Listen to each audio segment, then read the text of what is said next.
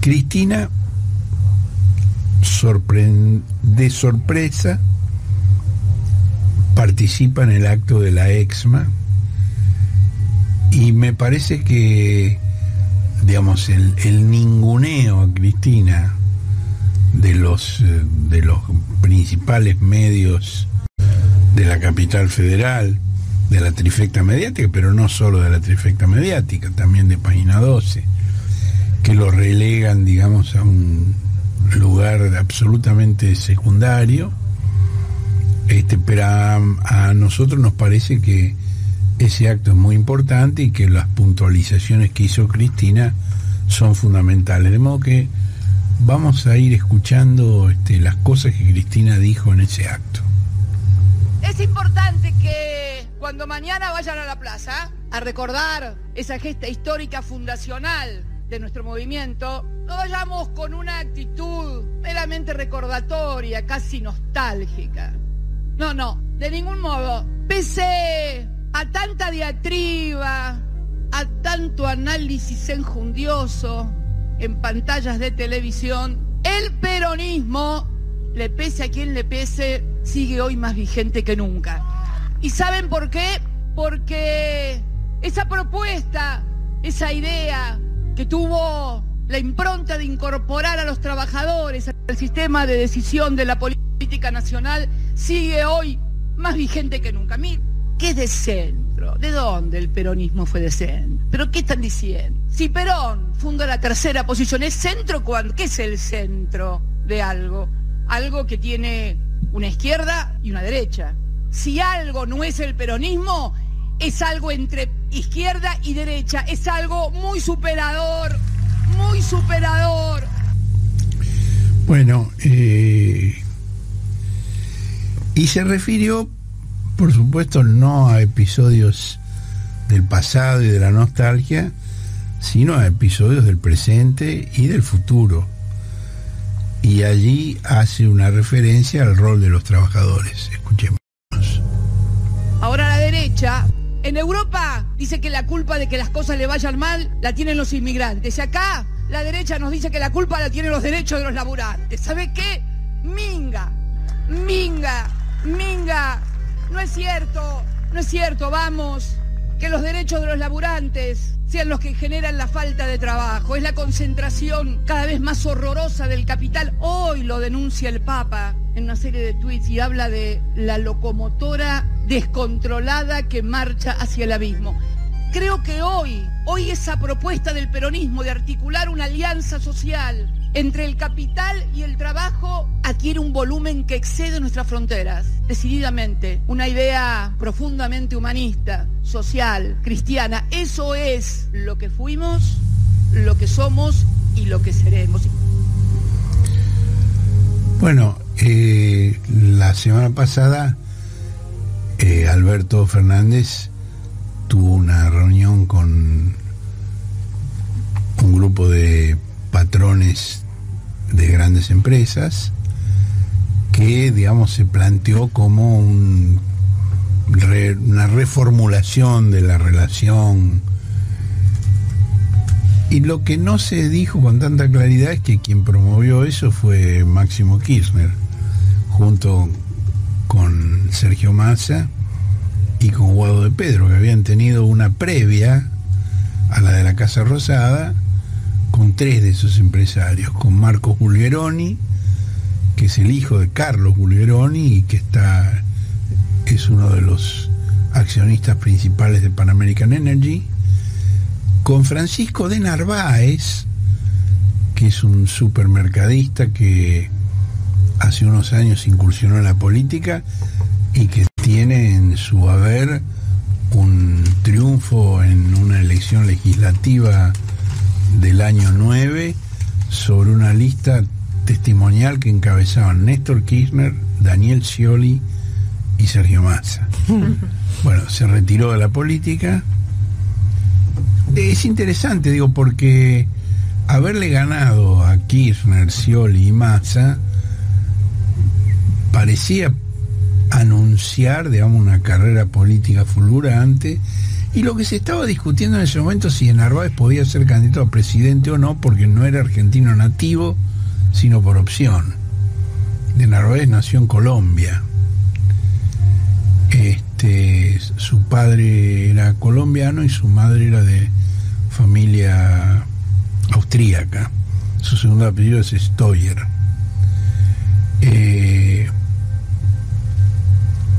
Se discutía si él iba a poder ser candidato a presidente o no. En el año, en la elección siguiente, él fue candidato a gobernador de la provincia de Buenos Aires. Y creo que sacó 17% apenas. Y ahí comenzó el fin de su carrera política. Esto me parece que es importante recordarlo porque, digamos, en este momento la oposición de Juntos por Algo está muy embalada a partir de la victoria en La Paso, pensando que es el principio del fin del kirchnerismo. Por enésima vez. Está Patricia Bullrich mirándose el ombligo, la mano, mirándose la mano. La mano dura. Mostrando la mano, muestra la mano, porque dice que son 5 los senadores que hay que quitarle al kirchnerismo. Y María Eugenia Vidal habla de quitarle la presidencia de la Cámara de Diputados a Sergio Massa. Y ya están pensando en el 23 y en volver al gobierno. Ahora, lo que pasó con De Narváez es muy significativo en ese sentido. Y lo que pasó con Sergio Massa, porque en el año 13 Massa rompió con Cristina, fue candidato en las legislativas y consiguió, digamos, una elección que impidió que el kirchnerismo lograra una mayoría absoluta, y ni hablar de los 2/3 en las cámaras legislativas, que era, digamos, lo que hubiera sido necesario para una reforma constitucional que permitiera la reelección presidencial sin las limitaciones que existen en este momento.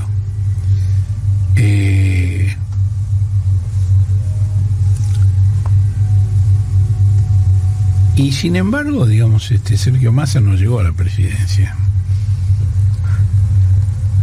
Y en el año 17, en las legislativas del 17, un político de muy escasa relevancia, hoy todo el mundo lo quiere porque está muy enfermo y se nota que es una buena persona, digamos, tiene actitudes que es Esteban Bullrich, pero políticamente es un cero a la izquierda. Le ganó a Cristina en la elección en la provincia de Buenos Aires.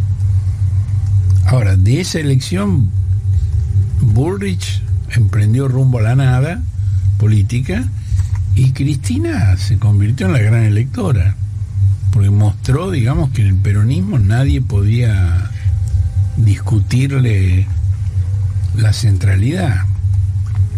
Como había ocurrido con Perón en una elección en Mendoza en el año 1965, donde había una tendencia interna que lideraba un dirigente sindical que quería crear un peronismo sin Perón.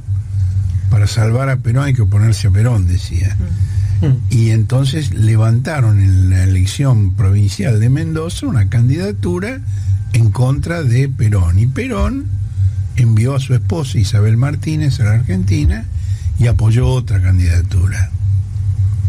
Bueno, la elección esa la ganaron los radicales y los conservadores en Mendoza, pero en la interna peronista el candidato de Perón prevaleció sobre el de Augusto Bandor, y eso marcó, digamos, el fracaso de la política de un peronismo sin Perón, así como la elección del 17 en la provincia de Buenos Aires marcó el ocaso de Florencio Randazzo, el ocaso político del eviterismo,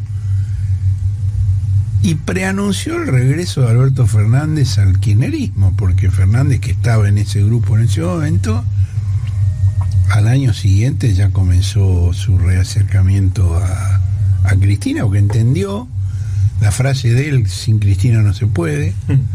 Después agregó, con Cristina sola no alcanza.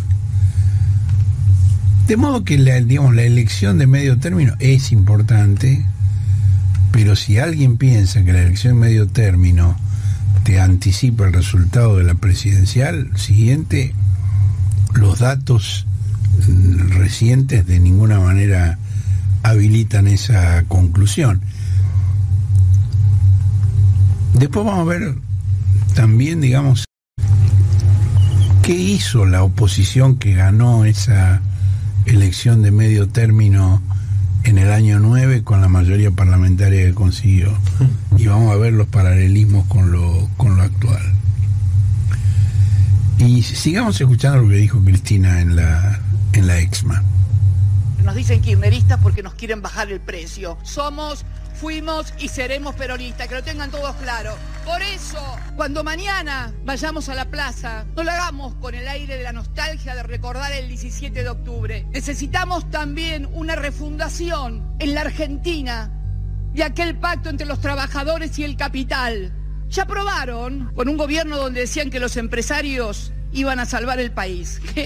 Miren lo que nos pasó con los empresarios mandando en el país. Entramos de vuelta con el Fondo Monetario Internacional y hoy estamos con un endeudamiento que, sumado a la pandemia que sufrimos, tuvimos una primera pandemia y una segunda pandemia, hoy estamos como estamos. Se necesita refundar aquello que propuso Perón de una alianza entre el capital y el trabajo, hoy más que nunca.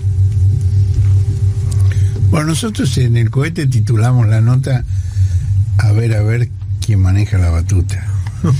Que no sé si ustedes recuerdan, es un cantito histórico de las luchas populares contra las dictaduras. Digamos, a ver quién maneja la batuta, el pueblo unido, los milicos hijos de el cantito. Acá, digamos, lo que Cristina está planteando es la relación entre capital y trabajo, y entre sistema político e intereses económicos y poderes fácticos. Y lo dice de esta manera. Y la tercera gran prueba del ácido peronista, como digo yo, es que Perón nunca permitió el ingreso del Fondo Monetario Internacional a la República Argentina. Y Néstor, a los 2 años de ser presidente, pagó todo lo que debía. Y buenas noches, que la política económica la decidimos los argentinos y las argentinas en elecciones populares y democráticas. Es un tema central de lo que está pasando hoy. ¿Quién decide, no? Digo, es un mensaje sutil, un mensaje complejo el que transmite Cristina, porque está hablando de la cooperación entre el capital y el trabajo. No está hablando de expropiar nada, no está hablando... No es un discurso clasista, es un discurso de cooperación entre sectores sociales. Ayer el título de Infobae, mientras estaba un poquito después de... Infoemba se dice. Infoemba era eso, un guiño, ¿no?, al sector empresario, un guiño de Cristina al sector empresario. Pero más que un guiño, digo... Puede ser interpretado como un guiño. Es como el título. Digo, hay un intento que ya viene desde largo de Cristina, de casi te diría pedagógico, y de enorme paciencia, de tratar de explicarles que tienen que entender que el precio de lo que ocurrió lo vamos a pagar todos, y aún si perdiese el peronismo en las elecciones del 23, ¿quién mierda va a pagar el fangote de guita? Las retenciones, por ejemplo, una cosa que suele decir Cristina, las famosas retenciones que tan nerviosos los ponen, ya las instrumentó Duhalde en su momento. ¿Y por qué? A pedido del FMI. Los acuerdos del FMI, entre las muchas cláusulas que ponen, o sea, impulsan a los gobiernos a meter retenciones, porque si no, ¿de dónde van a sacar la guita para pagarles lo que tienen que pagarles? Entonces me parece que hay un intento también de decirles, entiendan que o nos salvamos todos o no se salva nadie acá. Sí, pero ¿no? Antes de Duhalde las retenciones las pusieron Onganía y Krieger-Bacena. Bueno. El dictador Juan Carlos Onganía y su ministro de Economía Adalbert Krieger-Bacena en el año 1968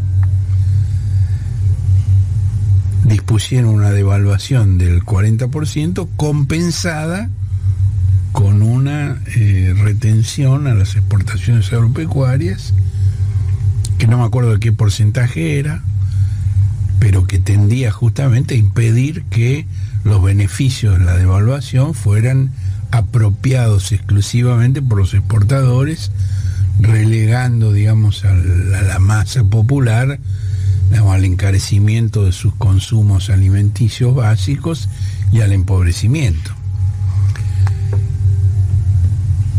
Cristina sigue hablando en la Exma de la siguiente manera.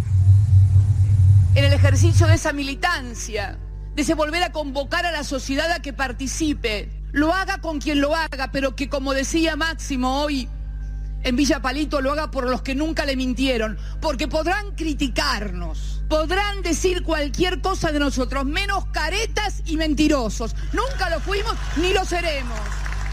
Menos caretas y mentirosos. ¿Cómo habla? Sí, lo que dice Marcelo es fundamental, el tema de la deuda. Ahora, ustedes vieron que en el debate de los candidatos cabanos el otro día se suscitó el tema de la deuda en el diálogo cara a cara entre Santoro y el Hada Buena. Y ahí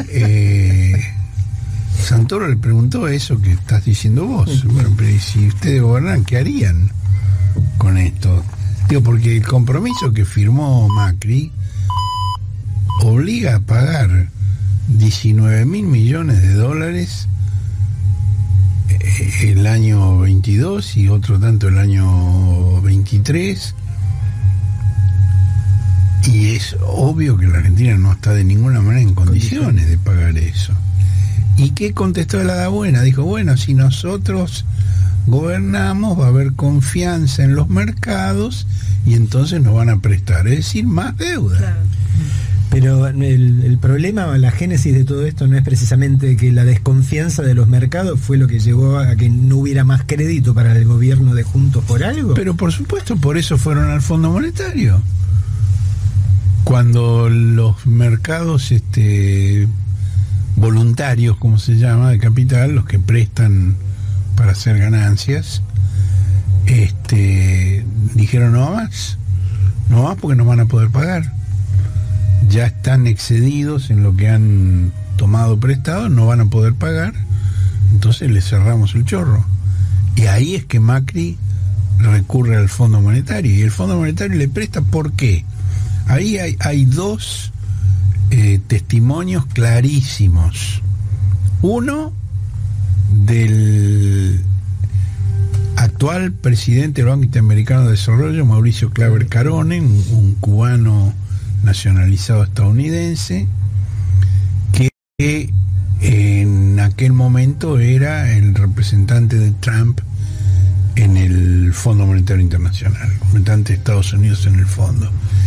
Y Claver Carone, en un seminario que se realizó en Chile, cuenta que ese préstamo, que es el más grande que dio en su historia el Fondo Monetario Internacional y es el que mayor exposición de su capital significó para el Fondo Monetario, aparte de ser obviamente el mayor que la Argentina tomó nunca en su historia, y que fue en el año 18 más de la mitad del total que el Fondo Monetario prestó en todo el mundo, que eso se dio para apoyar la posibilidad de consolidación política del gobierno de Macri, porque implicaba un respaldo para políticas neoliberales en toda la región. Y el otro fue el propio Macri, que en una entrevista que le hizo Marcelo Longobardi para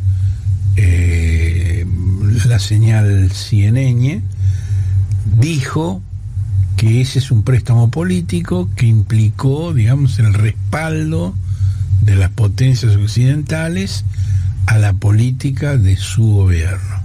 Los dos lo dijeron abiertamente, no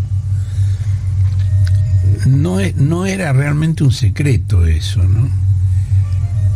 Ahora, ese dinero no se usó para inversiones, para obras, para... En el debate, por ejemplo, se planteó, digamos, no construyeron los jardines de infantes que habían dicho, no construyeron los hospitales, no construyeron las escuelas.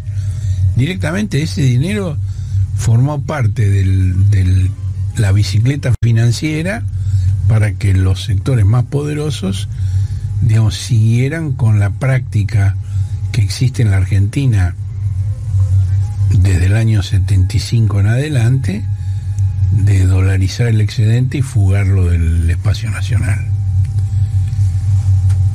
Entonces Cristina se refirió de esta manera a ese fenómeno.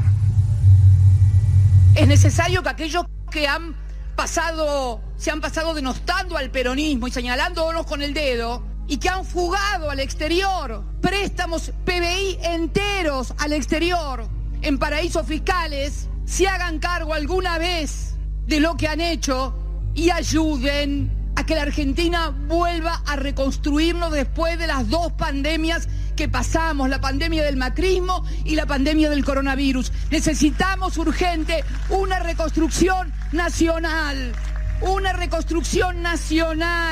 que vuelva a ordenar las grandes coordenadas que teníamos y que supimos construir. La de un país donde había movilidad social ascendente. Ya los vimos a todos y a todas, ya probaron con todos. Lo último que le faltaba probar era un gobierno de empresarios y lo tuvieron. Mirá vos que hasta Cristina habla de paraísos fiscales. Y no es así, digamos, la historia no es así. Digamos, eso es una traducción del inglés. Una mala traducción del inglés. Es una mala, claro, porque... No es heaven, es haven. Claro, son dos palabras con una letra de diferencia. Se escribe haven, H-A-B-E-N, y quiere decir guarida. Claro. Tax haven quiere decir guarida fiscal. Y se traduce por paraíso como si fuera H-E-A-V-E-N, heaven, que sí es paraíso. Hasta Cristina. Mirá lo que es la penetración cultural. Digo, paraíso para los que esconden ahí la guita. Pero visto desde el punto de vista que Cristina lo ve, son guaridas y no otra cosa. Bueno, este acto del 16 de octubre de Cristina en la EXMA forma parte sin duda de la campaña electoral para la elección del 14 de noviembre. Pero Cristina hace una precisión que me parece muy importante y que enlaza con todo lo que estábamos diciendo antes. Y con esto terminamos, digamos, con el discurso de Cristina. Tenemos que hacer el gran esfuerzo y seguir trabajando mucho, pero no solamente para el 14. No. Tenemos que trabajar en serio como trabajamos siempre los peronistas para la historia, para lo que viene, para lo que vendrá y para lo que sabremos construir. Siempre lo hicimos así. Miren, cuando me incorporé a la política no había elecciones. Imagínense dónde estaríamos si aquellos jóvenes no se hubieran incorporado a la política y hubieran obligado a que hubiera elecciones en el país. No fueron gratuitas ni por donación, fueron por lucha. ¿Qué tal? ¿Qué tal? Gracias, Cristina.